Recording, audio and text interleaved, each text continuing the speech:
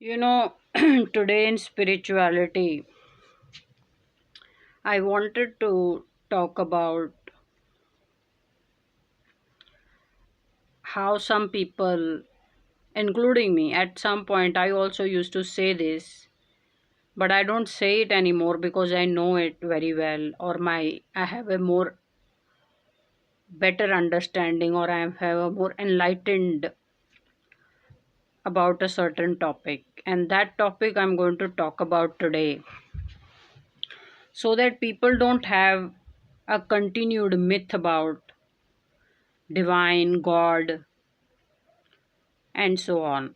So, the topic today I'm going to talk about is there God in the stone?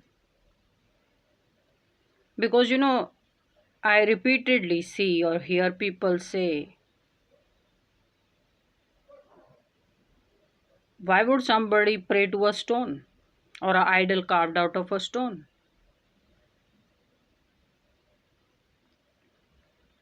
There is no God in the stone. Who prays to a stone? So, I don't know if I will be able to go in detail, but I'm going to talk about today in spirituality is that there is God in the stone. God is everywhere. This entity is omnipresent, and people should not forget this. So, today I will talk about two instances. One, I'm going to tell the name of the place, and the other I'm not going to tell the name of the place because the line to visit in that temple is so long, the queue is so huge.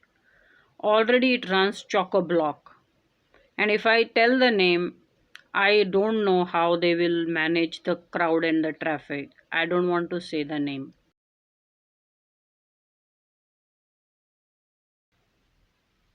So the incidence is that sometime back in when army was building a road, they were not able to move one stone. They tried everything. They tried all machinery, everything to just move one boulder to clear up the way and make a road, but they were not able to do so. And when they kept pushing for it, their crane or machine broke down. And that night, the driver, the one who was clearing up the stone, debris, and the boulder, had a dream. And the dream was he heard a very loud and a clear voice tell him, don't move the stone. Next day, he told this dream to the army personnel, to everybody, that this is what he's been told in the dream very clearly. But army personnel heard about it and decided that they wanted to go ahead with clearing the boulder, the stone, and continue to make the road on the same path. So they came up with the plan that next day, if they are unable to move the stone anymore, then next day they will blow up the stone with some dynamite or something. That night, one of the army personnel or army officer got a dream where again a very clear voice told him that don't move the stone. And that army officer then next day told everybody, and suddenly everybody started talking about the dream. And then all the locals, Ladakis, came down and told them not to move the stone because this is where Guru Nanak Sahib meditated. So I don't explain the whole uh, uh, event here.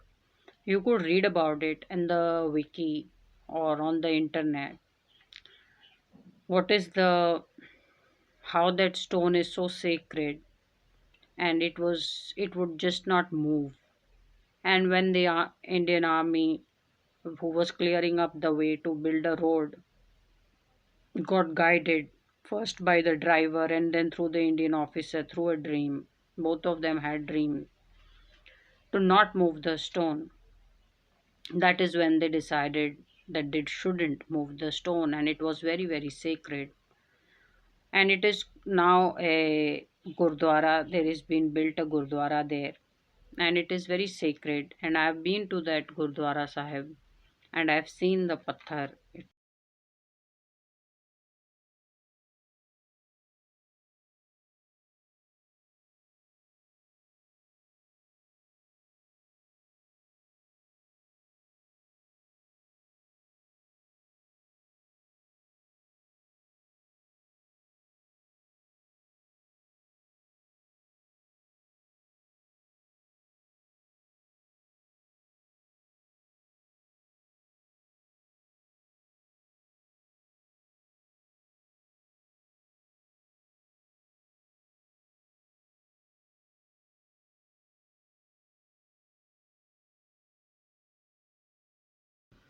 I won't tell the name of this temple which I'm talking about. This is its full choco block.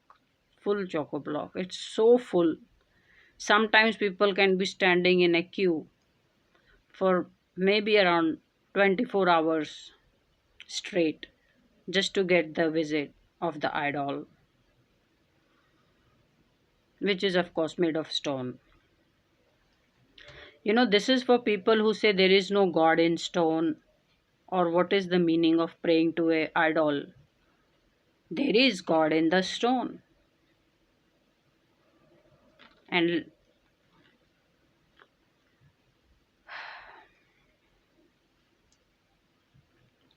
so I happened to visit this temple. I had no idea then how big this temple is, how revered the divine is who's prayed there.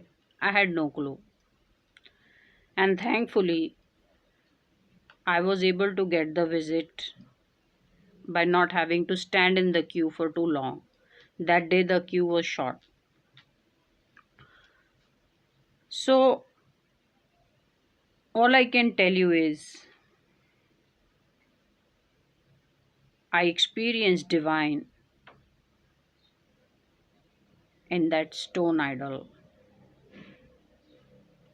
A lot of people, even today, say that if you were to put your ear on that idol, you will hear his life form.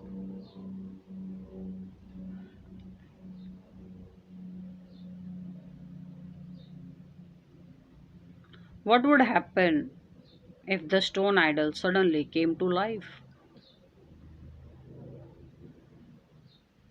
I have had that experience, and it's the Lord Vishnu itself. And for so many years, I just didn't know what to make out of it because it was so shocking.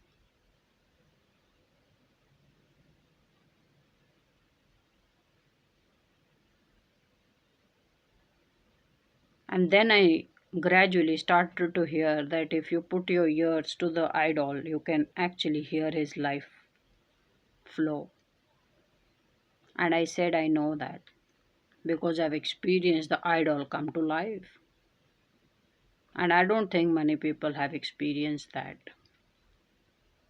He's alive there, divine. That's how powerful a stone can be. This is India. India is rich of spirituality. And I'm very grateful for this divine experience.